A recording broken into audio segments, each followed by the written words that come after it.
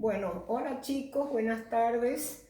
Hoy vamos a desarrollar la bolilla 11 que se llama Medio de Solución Pacífica de las Controversias Internacionales. Antes de comenzar, voy a tirarles la oreja como es costumbre de ustedes. Me imagino que estarán estudiando con nosotros. Hoy, esta bolilla, que no es una bolilla larga, vamos a centrarnos especialmente en cómo se solucionan todos estos conflictos internacionales. Y al último, voy a hacerles algún comentario sobre las pasteras, el conflicto que Argentina tuvo con Uruguay en el año 2008 hasta que en el año 2010 la Corte Internacional de Justicia dictó un fallo, a mi entender, no favorable para las pretensiones de Argentina, pero bueno, eso va a quedar en libertad de criterio de ustedes para que hagan algún comentario en un momento determinado que les ha parecido el fallo. Mi consejo es que lo lean ahora que están sin asistencia a clase, que me imagino que estarán tranquilitos en la casa, porque es un fallo muy lindo que cuando ustedes lo lean van a ver cómo hacen mención a los temas de derecho internacional público. Yo algunos comentarios les voy a hacer y vamos a hacer un parangón y una analogía que dice este fallo con respecto a la Convención de Viena sobre el régimen de los tratados. Pero bueno, ustedes también, que son más sabios que yo y que saben más que la cátedra, van a poder advertir todas las cosas de internacional público que le vinimos dando, los grandes temas, van a estar reflejados acá en este fallo. Bueno, comenzamos entonces, siguiendo el programa, lo tengo ahí, a la Carta de Naciones Unidas. Este es el programa y este va a ser una pequeña ayuda a memoria que hice, una síntesis del fallo porque es inmenso de largo, pero es muy lindo para que lo comente un poquito y después ustedes con Luciana vamos a ver el mecanismo que nos hagan llegar algunos comentarios porque van a tener que hacer algunos trabajos prácticos. Ya pasó el momento que nosotros le damos clase y ustedes no hagan nada. Ya en esta etapa se ríen acá los profesores, en esta etapa ustedes ya están en condiciones de saber valorar qué es lo que han aprendido con nosotros. Pobre de ustedes, después del gran sacrificio que hago de ponerme linda, de estar a Luciana, de estar Sofía, de llamar a María Elena, no sepan ustedes internacional público, así que más vale que vayan estudiando. Bueno, medios de solución, empezamos al tema, medio de solución pacífica de las controversias internacionales. Muchos autores han criticado este tema sosteniendo y diciendo de que hay tantos conflictos porque no hay en el ámbito internacional nada que obligue a las partes a solucionar los mecanismos. Ya van a ver cómo el artículo 33 de la Carta de Naciones Unidas hace una enumeración y deja en libertad de criterios a las partes. Hay otros que se preguntan y dicen, ¿hay conflictos en este siglo XXI? ¿Y qué tipo de conflictos hay? Bueno, se desterró lógicamente la guerra. La guerra, ustedes que ya vieron un poco la Carta de Naciones Unidas, no quiere la comunidad internacional y está considerado como un delito grave, prohibido, y más que prohibido, yo diría proscrito por los tratados Briand-Kellogg del año 1930, en donde la guerra no hay. Y ustedes se estarán riendo y dirán, la profesora esta está loca, porque guerras hay guerras, pero bueno, las guerras tienen otro componente, ya no son esas guerras por acrecentar territorio. Los conflictos que se van a plantear hoy en día son de carácter político, económico, jurídicos inclusive, que van a ver cómo la Corte Internacional en ese avis consultatis que tiene establecido ahí por el estatuto puede hacer alguna consulta, hacen, mejor dicho, ciertos órganos como ser la Asamblea y el Consejo, de algunos conflictos jurídicos que pueden plantearse en el mundo. Vamos a ver cómo también nosotros planteamos un conflicto jurídico-político a través de esto que se llamó el Estatuto del Río de la Plata, en donde Argentina y Uruguay firmaron, pero Uruguay, a mi criterio, empezó a hacer ciertas y determinadas obras que terminaron por contaminar el medio ambiente, pero bueno, una falla quizás de procedimiento, o bueno, nosotros los abogados usamos mucho el tecnicismo jurídico, o una falta de tecnicismo jurídico, la Corte no dio la razón a las respuestas de Argentina. Bueno, con esta introducción, ¿qué es lo que quiero decir? Que no hay nada que nos obligue, por ejemplo, como sucede en el derecho interno, que cualquier conflicto que se suscite entre las personas, entre las partes, el mecanismo es recurrir a tribunales. Acá van a ver cómo la Carta de Naciones Unidas, en ese artículo 33, va a ser un enunciado de cuáles son los mecanismos que los estados pueden ir cuando tienen algún problema para solucionar la controversia. ¿Cuáles son los principios del derecho internacional? Uno de los principios, que acá lo tienen en la filmina, dice que los conflictos entre los estados se resuelven pacíficamente. Ya vimos que está prohibida o proscripta la guerra. El uso de la fuerza está prohibida en las relaciones internacionales, y el estado que viole esos principios incurre en un delito que es conocido, ¿por qué? Porque es una obligación ius cogens el que la guerra no pueda realizarse.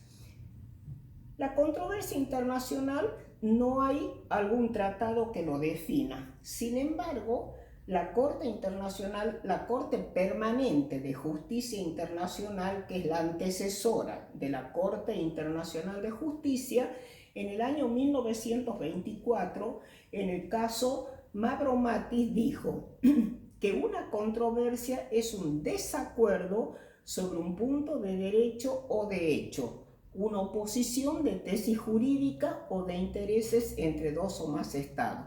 Ven cómo cuando dice controversia lo aleja un poco del tema ese, del vocabulario conflicto, porque el conflicto es algo más fuerte todavía. Entonces, ¿qué es lo que ha querido la Corte Permanente de Justicia en este caso? Es alejar un poco el conflicto, que se enfríen las partes y que busquen una solución a través de ciertos mecanismos que tenía la Corte Permanente de Justicia Internacional. Vuelvo a decir, antecesora de la Corte Internacional de Justicia.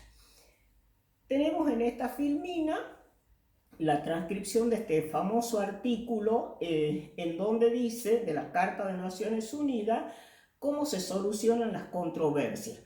Dice, los miembros de la organización arreglarán sus controversias por medios pacíficos, de tal manera que no pongan en peligro la paz y la seguridad internacionales. Ese es el objetivo fundamental, que también la vieron en la clase anterior, de la Carta de Naciones Unidas.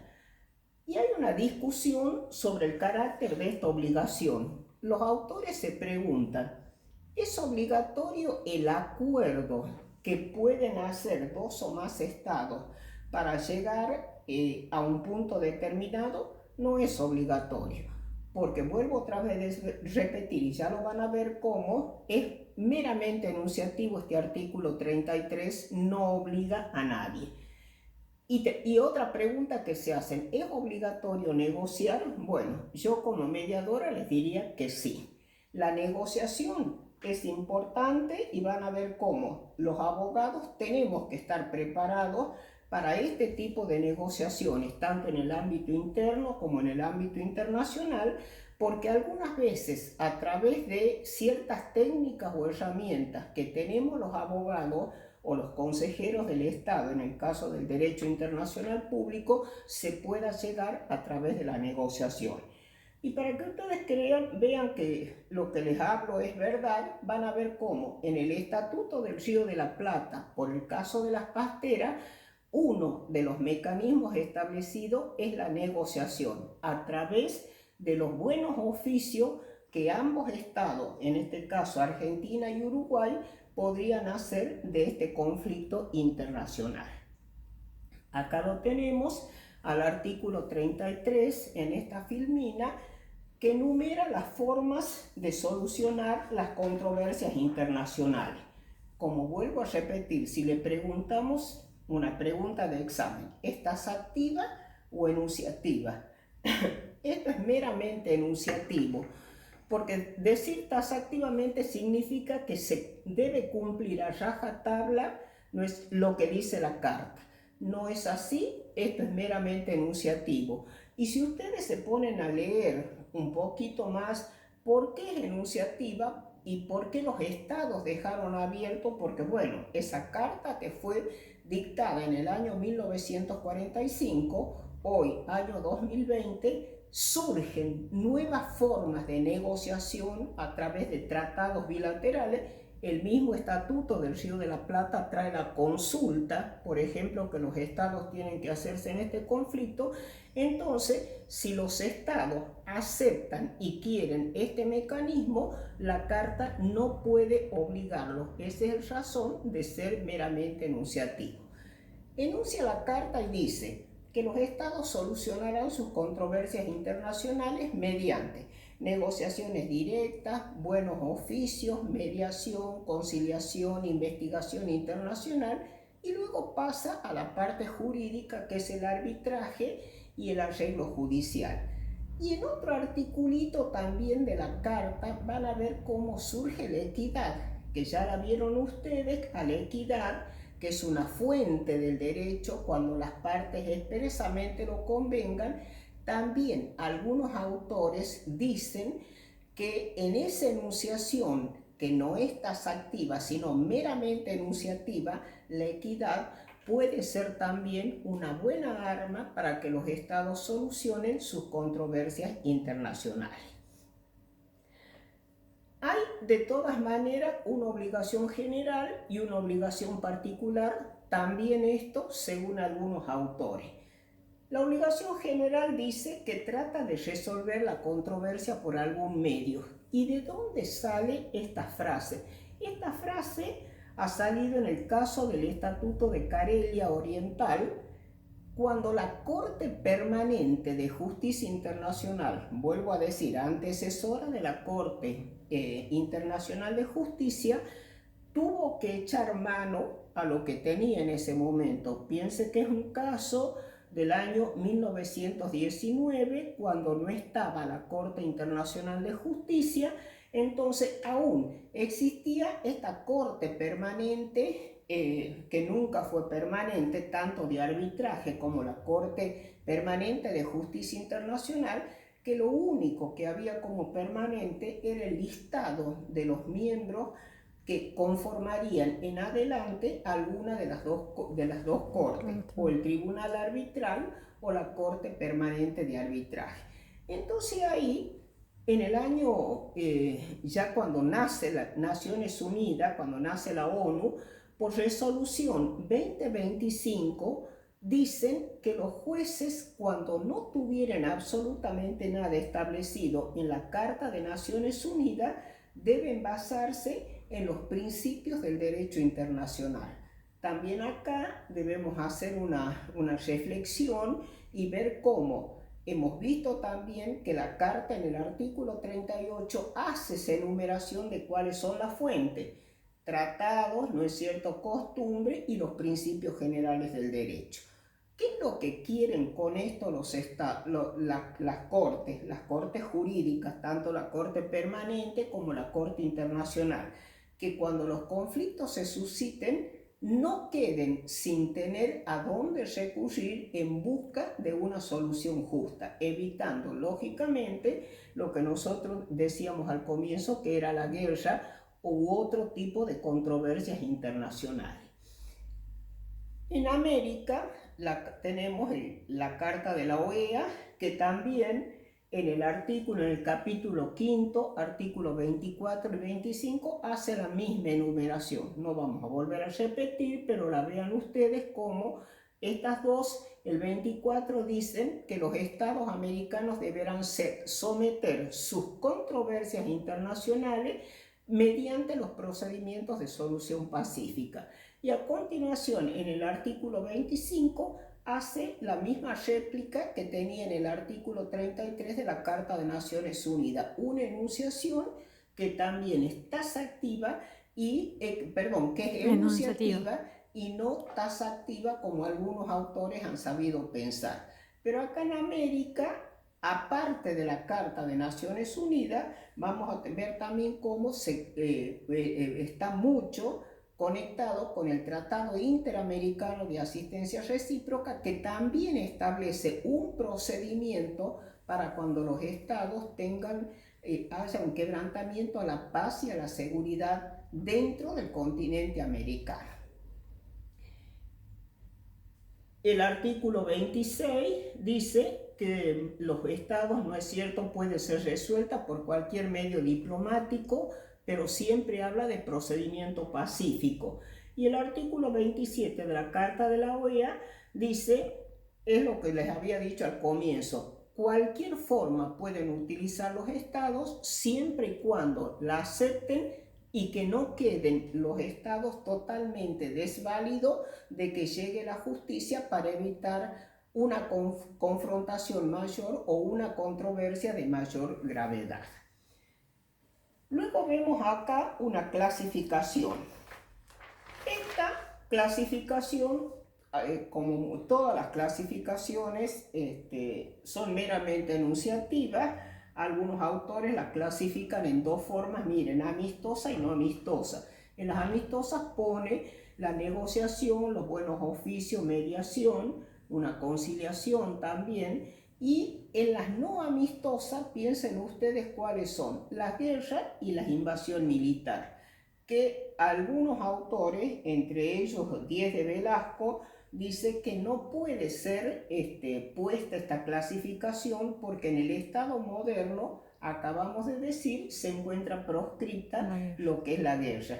Y en materia de invasión militar, muchos la tenemos ahora como está totalmente reglamentada lo que es la invasión y aún los principios de la guerra en el derecho internacional humanitario, que es un derecho moderno cuya elaboración definitiva data del año 1949, cuando se elaboran los 4 convenios de Ginebra, y con posterioridad sus protocolos en el año 77, en donde en todos van a repetir la prohibición absoluta de los conflictos armados o de la guerra, como vulgarmente se la conoce. Acá también, siguiendo el programa, hay una clasificación que los agrupamos en diplomáticas, jurídicas y coercitivas. Esta es una pregunta de examen que a ustedes les gusta. ¿Qué diferencia hay en cada una de estas soluciones de tal manera que agrupamos nosotros en el programa? Aquellas soluciones que se llaman diplomáticas no son obligatorias para los estados. Son generalmente negociaciones que realizan los jefes de estados o jefes de gobierno, o pueden encomendarlos también a un ministro la realización de los mismos, que son más que nada acercamientos que los estados hacen para preparar con posterioridad a una negociación que la realiza ya el jefe de estado, que ustedes recuerden representa políticamente a su estado ante toda la comunidad internacional. Las jurídicas son realizadas por órgano o una persona con una capacidad de decidir, y estas sí van a ser obligatorias. Pero ¿qué es lo que es obligatorio de estas jurídicas? No acudir a esta instancia de arbitraje o corte internacional, sino la decisión que se tome, llamémosle laudo en el arbitraje o llamémosle sentencia judicial en el proceso judicial, son obligatorios. Y vamos a ver, cuando ya desarrollemos un poquito, que al no tener otra instancia en que recurrir, lógicamente la sentencia o el laudo arbitral, al ser inapelable, termina ahí el caso, como fue el caso, por ejemplo, de las pasteras que luego vamos a comentar. Y luego tienen el otro grupo, las coercitivas. Las coercitivas, según el famoso viejo Antocolé, Podestá Costa Ruda, también dicen que más que soluciones son sanciones que los estados realizan por el incumplimiento de algún tratado o el incumplimiento de alguna medida económica, etcétera, que pudiera plantearse. Por ejemplo, dentro de eso los enumera en donde dice el boicot pacífico, el bloqueo, la represalia, la retorsión. Cuando analicemos, si tenemos tiempo un poquito cada uno de estos, van a ver que en realidad no es una forma de solucionar, son sanciones que ponen los estados. A ver, uno de los casos así nuevos para que ustedes vean cómo está establecido fue la Organización Mundial del Comercio aplica este tipo de sanciones a los estados que incumplen los paneles o que incumplen la llegada a las consultas. Ven que no son formas de solucionar, son sanciones impuestas por la comunidad internacional. También ahí vamos a ver cómo se dictó una retorsión, que algunos autores dicen que no fue una retorsión, sino una represalia, cuando fue el caso del barco que La se fragata. encontraba, ¿no es cierto? La fragata Libertad. La fragata Libertad. ¿A dónde? La fragata La Libertad. fragata Libertad, el caso de la fragata Libertad. Algunos autores dicen que ha sido una retorsión impuesta, no una sanción. Entonces, como ustedes ven, cómo son sanciones más que una forma pacífica de solucionar las controversias, son sanciones impuestas por los estados. Acá también hay otro en esta filmina, los enumeramos acá y los ponemos dentro de las diplomáticas. Está las negociaciones directas, como hemos dicho, buenos oficios, mediación, conciliación, investigación internacional. La jurídica, arbitraje, corte internacional, y dentro de las coercitivas, la enumeración que hacemos, que es el bloqueo, el boicot, retorsión, represalia, etc. Vamos ahora a analizar cada una de ellas en qué consiste. ¿Qué son las negociaciones directas? En primer lugar, la solución hemos dicho que no es obligatorio porque está dentro del grupo de las diplomáticas, que ya vimos cuáles son las características, que no son obligatorias para los estados. Interviene acá en las negociaciones directas una tercera persona. No interviene una tercera persona, que eso se va a caracterizar. Estas negociaciones directas son las realizadas directamente por los jefes de Estado, jefes de misión, en donde hablan, ¿no es cierto?, negocian, por eso se llaman negociaciones directas.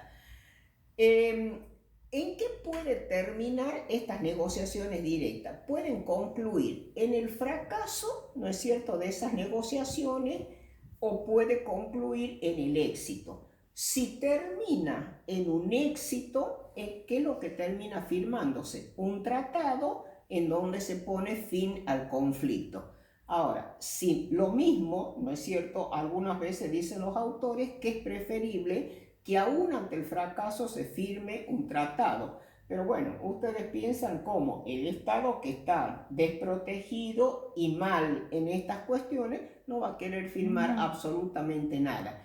Pero sí es válido para la comunidad internacional todo ese movimiento que realizan los negociadores y que queda en las actas para que puedan acceder a llegar a otro mecanismo. Ejemplo, el Estatuto del Río de la Plata, en donde dice que los estados deberán negociar antes de ir a la Corte Internacional de Justicia durante 180 días, tratando de negociar todo este conflicto para evitar, ¿no es cierto?, lógicamente, ir al acceso de la Corte Internacional de Justicia.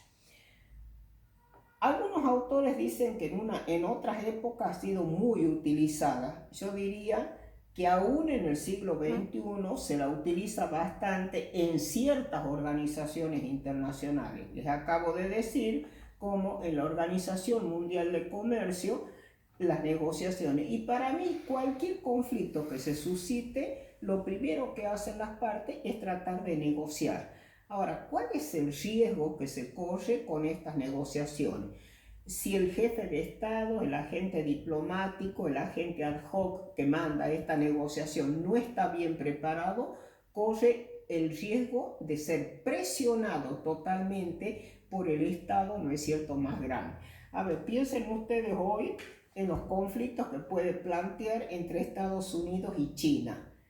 Es tremendo, pero bueno, las dos son grandes potencias, entonces si no están bien preparados para esta negociación, es preferible, dicen algunos autores, que se saltee, siempre que no sea una obligación establecida por un tratado, esta forma de negociar, porque la presión puede ser muy grande y terminar, ¿no es cierto?, con sanciones como ser bloqueo, retorsión, represalia, etcétera, como sucedió entre Argentina y China cuando China quiso introducir el nuevo teléfono, el App 5 que ustedes querían, en donde felizmente accedieron después de una retorsión establecida por los Estados Unidos y por una represalia, negociar ante la Organización Mundial del Comercio.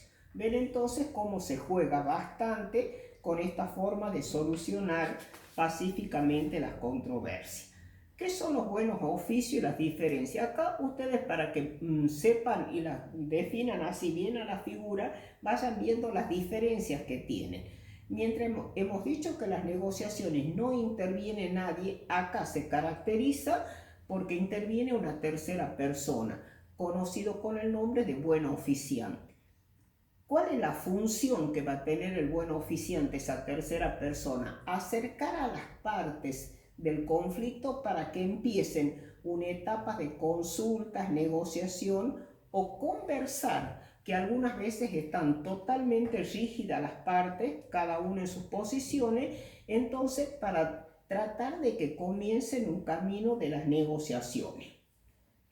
También en estos buenos oficios puede terminar en un desistimiento o en un éxito o en un fracaso. En todas es conveniente que se firme algún acta, algún instrumento, llamémosle tratado, acta, ¿no es cierto?, algún protocolo, para que termine cómo va a ser la forma que va a terminar las mismas. ¿Alguna vez se realizó dentro de la comunidad internacional este procedimiento? Sí. Y lo que siempre tenemos nosotros muy cercano es en el conflicto del Bigle, en donde el Papa Juan Pablo II no vino él, sino mandó como buen oficiante y como mediador, que ya vamos a ver un poquito, al cardenal Zamoré, para acercar a las partes en conflicto, Argentina y Chile, por el canal de Beagle, que felizmente terminó en un tratado, no con la anuencia ni la intervención de ellos, pero que toda esta forma sirvieron para llegar que Argentina y Chile firmen el tratado por el canal de Beagle y que se estableció por primera vez lo que a ustedes los enloquece, la famosa línea loxodrómica que divide las pretensiones argentinas y chilenas a través del trazado de esta línea. Bueno, no solamente el Papa ha sido buen oficiante, sino generalmente los presidentes o personas que tengan una gran ascendencia jurídico-político en la comunidad internacional y con las partes en conflicto. Entonces, diferencias vamos viendo, el buen oficiante, aparece esa tercera persona que acerca, en las negociaciones las realizan directamente los presidentes. Vamos a la mediación. Estoy medio apurada porque es bastante larga, creo, y les voy haciendo comentarios que no les tendría que hacer para que ustedes vayan y estudien un poquito más. ¿Cómo definimos a la mediación? La mediación se define diciendo que es un proceso mediante el cual una tercera persona, conocida con el nombre de mediador, da fórmulas concretas a las partes en conflicto a fin de que puedan solucionar esa controversia. O sea que acá también en la mediación interviene un tercer estado, interviene una tercera persona, a diferencia, ¿no es cierto?, de las negociaciones que no hace. Pero ¿qué hace esa tercera persona? Puede acercarle, puede dar fórmulas concretas a las partes que no están obligadas a seguir lo que dice el mediador, por eso dice el concepto que pueden acatarla o no acatarla.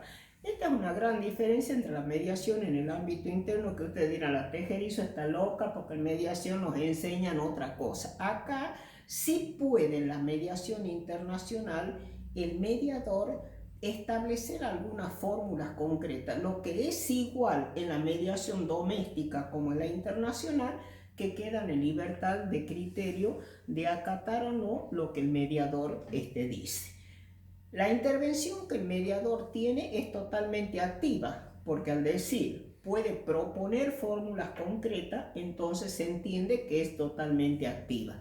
Ejemplo de ello, como dice la Filmina, la mediación papal en el caso de Argentina-Chile, cuando lo mandó, vino primero el Papa, después vino también el cardenal Zamoré, que también fue de buen oficiante, para que las partes no tuvieran un conflicto. Y lo cual nos llenó a nosotros de alegría, porque ustedes recuerden que ya un año anterior, esto se firmó en el 83, el tratado, y en el 82 tuvimos la guerra de Malvinas. Entonces, que más no queríamos guerra, no queríamos pérdidas humanas, entonces tratamos, y la comunidad internacional se preocupó por tratar de ver cómo se resolvían pacíficamente todas estas controversias. Bueno, vamos ahora a la conciliación. Bueno, acá no la tienen en la Filmina, pero yo les voy a decir en qué consiste la conciliación y la diferencia que hay. Mientras la mediación analiza únicamente las cuestiones de hecho, la conciliación analiza cuestiones de hecho y de derecho. Y puede ser o una sola persona o puede ser un conjunto, 2 o 3, que llamamos nosotros comisiones conciliadoras. Hay en otros textos que van a ver la investigación internacional, que es muy parecida a lo que es la conciliación internacional, pero las diferencias entre mediación y conciliación es: la mediación analiza las cuestiones de hecho, la conciliación de hecho y de derecho.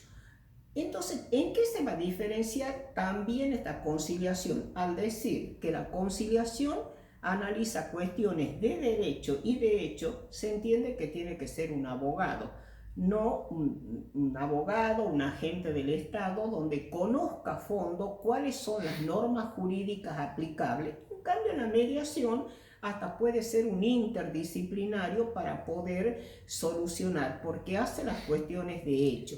¿Qué son las cuestiones de hecho? Son las posiciones que las partes llevan, la narrativa de los hechos que las partes llevan. Entonces, ¿qué hace el conciliador? Una vez que ha escuchado a las partes, trata de adecuar su conducta o la conducta de las partes a qué norma jurídica se le va a aplicar y cuál va a ser la solución que él establece jurídicamente de acuerdo a las partes. Nosotros también hemos utilizado conciliaciones, sobre todo en conflictos de carácter comercial. Hoy la Organización Mundial de Comercio tiene mucho de conciliaciones que se han llevado, y también antes de ir al arbitraje los estados han preferido llegar a conciliar sus intereses buscando un conciliador o un tribunal para que analice, como dije, cuestiones de hecho y de derecho. Luego tenemos la investigación internacional. La investigación internacional es la que estudia el conflicto en un momento dado, y se crean estas investigaciones internacionales cuando el conflicto ya está dado. A diferencia de conciliación, mediación, etcétera, que la Carta de la OEA y la misma Carta de Naciones Unidas tiene en listas especiales cuáles pueden ser los conciliadores y cuáles pueden ser los mediadores. Esto que llamamos de investigación internacional se va a conformar en el momento de plantearse el hecho. Los hechos, dicen los autores, que dieron origen a esa controversia. ¿Qué es lo que estudia la investigación? Analiza y estudia el conflicto en un momento dado, en un momento ya. Y analiza también cuál es la forma de solución pacífica que en opinión de este tribunal puede, ¿no es cierto?, ser llevado para que las partes acaten ese rol. Ahora, las conclusiones, dicen los autores, que debe realizarse en un acto. Esto de investigación internacional ha sido muy poco usado. ¿Por qué? Porque tampoco lo trae la Carta de Naciones Unidas, como que si bien hemos dicho que es meramente enunciativa y no taxativa, pero los estados muy pocas veces han recurrido a esto que se llama la investigación internacional. No obstante, hemos visto cómo mediaciones, conciliaciones y buenos oficios fueron utilizados sobre todo por la República Argentina cuando hemos tenido ciertos y determinados actos. Bueno, veamos, acá está la conciliación, justo para ustedes, bueno, después lo ven que ya les he puesto ahí. Está cambiado el orden. Y vamos ahora a lo que es las soluciones jurídicas. ¿Se acuerdan que habíamos, como para repasar un poquito, habíamos dicho de que las diplomáticas eran negociaciones directas, buenos oficios, mediación, conciliación y la investigación internacional que la ponía? Vamos a ver las soluciones jurídicas. También dijimos que la gran diferencia entre las diplomáticas y las jurídicas es que las jurídicas, la solución a que se llegue, llamémosle laudo o llamémosle sentencia judicial, son obligatorias, a diferencia de las otras que puede o no puede cumplir. Vamos al arbitraje.